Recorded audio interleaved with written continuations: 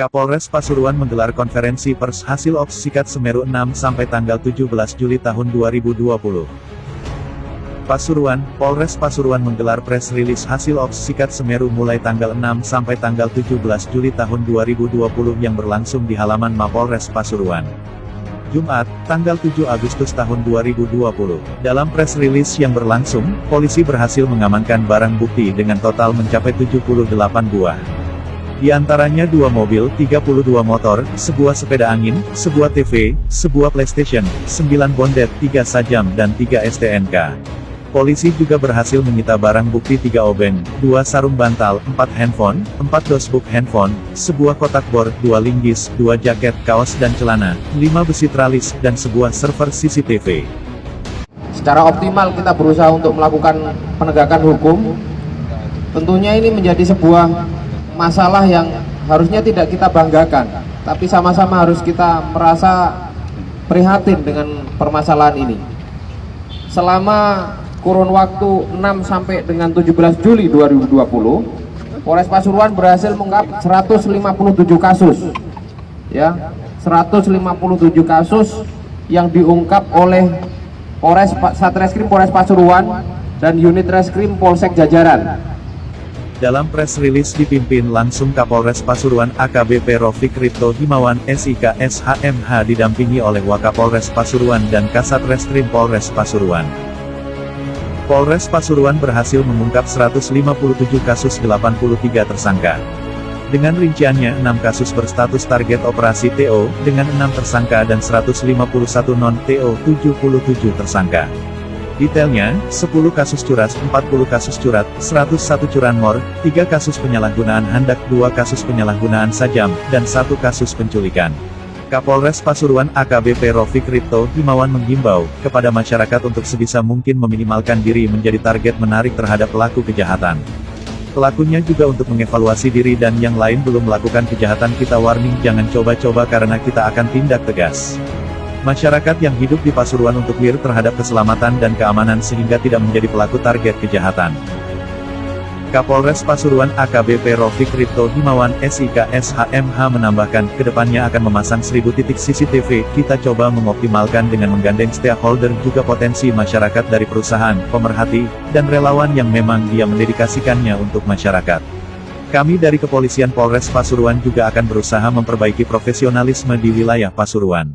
Yang perlu kita pahami bersama bahwa ekses dari pandemi COVID ini juga membawa pengaruh terhadap naiknya kejahatan yang terjadi di lapangan, terutama kejahatan-kejahatan street crime yang dari hasil analisa penyidik yang dilakukan termasuk dari teman-teman intelijen itu lebih diwarnai oleh masyarakat yang berusaha untuk memenuhi kebutuhan pokok, sehingga memang upaya preventif dan preemptifnya juga harus lebih maksimal, dan mentalitas dari oknum-oknum masyarakat yang dia memenuhi kebutuhannya dengan cara melawan hukum dan melanggar aturan hukum, tolong jangan dilakukan kembali, karena pasti akan berhadapan dengan aparat penegak hukum dan kita tidak segan-segan untuk melakukan tindakan tegas terukur kepada pelaku kejahatan yang ada di lapangan, yang dia membahayakan orang lain, yang dia mengambil hak-haknya orang lain. Rata-rata modusnya ini diwarnai oleh pencurian dengan pemberatan, jadi mereka beraksi pada malam hari dan melakukan perusakan baik kepada rumah, terus kemudian toko, mobil, motor, jadi diwarnai curat. Kemudian juga ada yang diwarnai dengan modus pencurian dengan kekerasan, melukai korban. Ada juga yang dia melakukan penipuan penggelapan, jadi modusnya penipuan penggelapan. Untuk kendaraan roda 2 sejumlah hampir 50 unit itu lebih diwarnai curanmor dan penipuan penggelapan. Alhamdulillah pelakunya juga beberapa sudah kita tangkap, namun pelaku yang lain yang masih dalam proses pengembangan penyidikan juga masih kita kejar.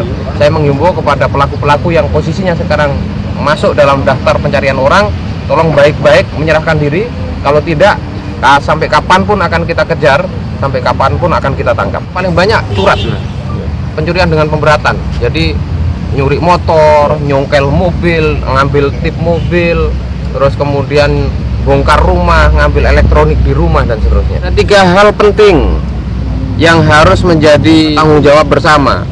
Tiga hal penting tersebut, yang pertama adalah dalam analisa kriminologi, terjadinya kejahatan itu karena ada target yang menarik, ya, ada suitable target. Jadi target yang menarik ini mengundang kerawanan kejahatan. Saya menghimbau kepada masyarakat untuk sebisa mungkin meminimalkan diri menjadi target yang menarik kepada pelaku kejahatan. Jadi kalau rumah ditinggal, ya titipkan sama Pak RT, Pak RW, sama tetangga. Kalau ngunci motor depan rumah, tolong tambahkan kunci serep dan kunci ganda. Kalau posisinya mungkin mau bepergian malam hari, ya jangan sendirian. Usahakan juga kalau bisa hindarilah bepergian malam hari kalau itu memang tidak penting, tidak urgent. Kalaupun memang terpaksa harus keluar, kalau memang membutuhkan pengamanan, silahkan menghubungi kepolisian sektor terdekat. Silahkan menghubungi anggota kepolisian yang dikenal. Kita akan berikan pelayanan itu. Kemudian yang kedua, itu ada incapable guardian. Jadi tidak optimalnya sistem pengamanan. Ini menjadi koreksi untuk aparat kepolisian di Polres Pasuruan. Memang kemudian kalau kita menggunakan analisa jumlah personil ideal yang seharusnya dengan yang sekarang ada, ini kita baru terpenuhi 50% jumlah personilnya. Jadi masih kurang 50% lagi. Terus kemudian ke depan kita akan memasang program 1000 mata di Pasuruan. Ya, kita akan pasang 1000 titik CCTV. Kita akan coba optimalkan itu dengan menggandeng stakeholder, termasuk juga potensi masyarakat yang ada dari perusahaan-perusahaan, dari pemerhati dan relawan-relawan yang memang dia mendedikasikan kehidupannya untuk masyarakat. Insya Allah tahun ini. Terus kemudian yang ketiga, adanya motivated offender. Jadi ada niat dari pelaku untuk melakukan kejahatan, itu juga menjadi bagian penting. Nah, niatnya ini macam-macam. Ada yang motivasinya karena untuk memenuhi kebutuhan makan, ada yang memang karena orangnya males, ada yang dia memang sukanya jalan pintas, ada juga yang dia memang posisinya karena ada motivasi dendam, ada motivasi iri dan seterusnya. Tiga hal ini menjadi penting. Jadi saya minta pelakunya juga tolong mengevaluasi diri, dan yang lain yang belum melakukan kejahatan saya warning, jangan coba-coba melakukan kejahatan karena pasti akan kita tindak tegas. Kemudian masyarakat yang hidup di Pasuruan saya minta untuk aware terhadap keselamatan dan keamanan sehingga tidak menjadi target yang menarik untuk pelaku kejahatan, dan kami dari kepolisian juga akan berusaha memperbaiki profesionalisme dalam menciptakan Harkamtibmas di wilayah Pasuruan. Dalam press release, secara simbolis Kapolres Pasuruan AKBP Rofik Ripto Himawan menyerahkan barang bukti kendaraan yang berhasil diamankan Polres Pasuruan kepada korban 2 unit mobil pick-up Suzuki dan mobil Wuling Convero.